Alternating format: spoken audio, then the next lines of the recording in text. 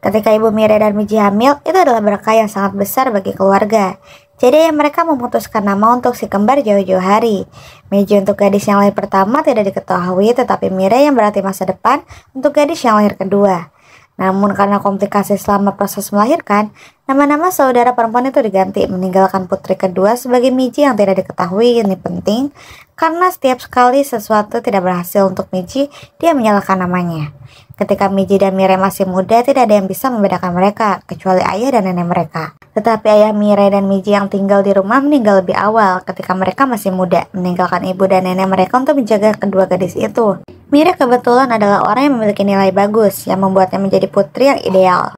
Tetapi Miji akhirnya dikenal hanya sebagai si kembar. Namun, kedua gadis itu segera menyadari bahwa jika mereka tidak dapat melakukan apapun dengan benar, mereka dapat bertukar dan tidak ada yang akan tahu lebih baik. Namun ketika mereka ketahuan, nenek mereka memutuskan untuk memotong rambut panjang Miji sehingga semua orang dapat membedakan kedua saudara perempuan itu. Ketika mereka di sekolah menengah, Mire menjadi siswa yang terbaik di sekolah. Sementara Miji hanya menyemangatinya karena dia tidak pandai dalam hal apapun. Namun suatu hari ketika dia berlari untuk menjadi orang pertama yang makan siang, dia ditemukan sebagai atlet potensial. Miji tiba-tiba menjadi kebanggaan sekolah, memenangkan medali demi medali. Tetapi kemenangan ini berumur pendek, karena ketika tiba saatnya untuk seleksi nasional, dia akhirnya terkelih pergelangan kakinya di tengah perlombaan dan jatuh terkapar. Tentu saja dia menyalahkan namanya karena, sekali lagi, dia kembali menjadi orang yang tidak dikenal. Di sekolah menengah, Miji dan Mire mendapat tetangga baru, dan anak itu juga sekelas dengan mereka. Namun, Hosu tidak seperti anak-anak lain, dia tulis bagian dan tidak berinteraksi dengan siapapun, terutama Miji, yang pada dasarnya melecehkannya karena dia tidak dapat mendengarkan apa yang dia katakan. Namun yang tidak diketahui adalah bahwa dia tidak peka, karena Hosu hampir meninggal dalam sebuah kecelakaan ketika dia masih muda, meninggalkannya dengan luka bakar parah di sisi kiri tubuhnya. Mirella yang memberitahu Miji tentang hal ini karena dia disuruh oleh guru untuk membantu anak baru itu. Ada sebuah insiden di sekolah ketika Hosu memegang tangan Miji karena dia terkena bola di telinganya, dan itu membuatnya berdenging hebat. Pada saat itu, Miji menghibur anak laki-laki itu dengan memegang tangannya dan menyuruhnya bernapas, tetapi dia menjadi takut dan melarikan diri. Di masa kini, Miji diutus untuk menyerahkan makanan, tetapi dia kabur begitu mendengar Hosu datang berkunjung. Namun, Hosu muncul di gerbang, dan hal pertama yang dipertanyakan adalah kabar Mire, yang membuatnya kesal.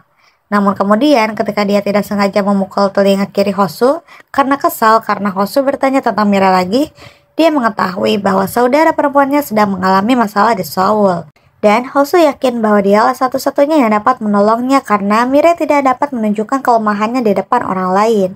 Namun setelah mendengar apa yang Hosu katakan tentang Mire, ia sedikit khawatir dan memutuskan untuk mengunjunginya dan membawakan makanan yang dibuat ibu mereka untuknya. Di Seoul, Mire bersikap seolah semuanya sempurna saat ia menjemput Miji di tempat kerja dan membawanya ke kafe di dekat sana.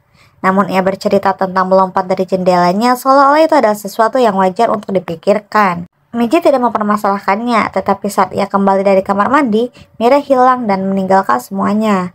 Miji panik setelah menyadari bahwa Mire mungkin ingin bunuh diri. Miji bergegas ke rumah Mire dan menemukan tergantung di jendela. Miji bergegas untuk menangkapnya, tetapi ia terpeleset dari bangku dan mereka berdua jatuh dari lantai 3. Untungnya, Mire membuang selimut terlebih dahulu dan semak-semak itu cukup untuk menyelamatkan mereka dari cedera parah. Pada saat itu, Miji menangis, memberitahu saudara perempuannya bahwa dia tidak bisa hidup tanpanya. Mereka berdua mulai menangis dan berpelukan erat. Kemudian Mire memberitahu Miji bahwa dia diganggu di tempat kerja karena membela seniornya yang bersikap baik padanya. Ini menjadikannya target berikutnya, dan senior itu berhenti dari pekerjaannya membuatnya kesepian dan sedih. Miji turun dari bus yang seharusnya ia tumpangi untuk pulang karena instingnya membuatnya menyadari bahwa Mire masih belum baik-baik saja.